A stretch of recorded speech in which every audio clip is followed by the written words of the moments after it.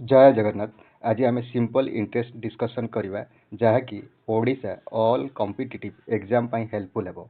तेणु वीडियो को शेष पर्यंत देखंतु। ता सहित लाइक शेयर एंड सब्सक्राइब मध्य करंतु। ए क्वेश्चन को केमिति करवा देखो क्वेश्चन रे हमकु देछि find SI simple interest 5600 at 6.2/3% per annum for 9 month. देखो एसआई रो फार्मूला होछि प्रिंसिपल गुणन टाइम गुणन R by 100 clear PTR by 100 6.2/3 6.2/3 देखो 300 को 18 प्लस 2 20/3% क्लियर। ताल आमको प्रिंसिपल देछि 5600 गुणन टाइम टाइम आमको देछि 9 मंथ देछि।